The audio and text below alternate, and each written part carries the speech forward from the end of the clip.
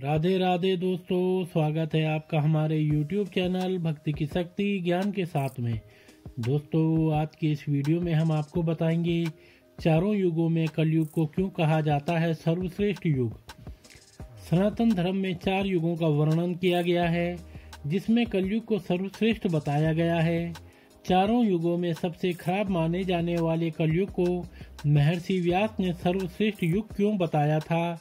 आइए विस्तार से जानते हैं कि महर्षि व्यास ने कलयुग को सबसे उत्तम युग क्यों कहा था। हिंदू धर्म में वेदों के अनुसार 4 युग माने गए हैं। सबसे पहला है सतयुग, दूसरा त्रेता युग जिसमें भगवान विष्णु ने राम के रूप में अवतार लिया था, तीसरा द्वापर युग जिसमें भगवान विष्णु ने कृष्ण के रूप में अवतार लिया था, और चौथा और अंतिम युग माना गया है कलयुग। वर्तमान समय में जो चल रहा है वही कलयुग है। चारों युगों में कलयुग को सबसे छोटा माना गया है। मान्यताओं के अनुसार सबसे ज्यादा अधर्म, अन्याय, हिंसा और पाप कलयुग में ही होते हैं। लेकिन फिर चारों युगों में कलयुग को ही सबसे सर्वश्रेष्ठ युग क्यों माना गया है, इसके पीछे एक रोचक कथा है। आइए जानते हैं कलयुग से जुड़ी कथा।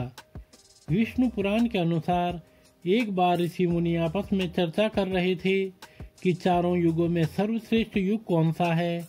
इस विषय पर सभी की अलग अलग राय थी, इसलिए यह चर्चा बहस का मुद्दा बन गई और कोई हल नहीं निकल सका। तब इस बहस के समाधान के लिए सभी ऋषि मुनि महर्षि व्यास के पास गए।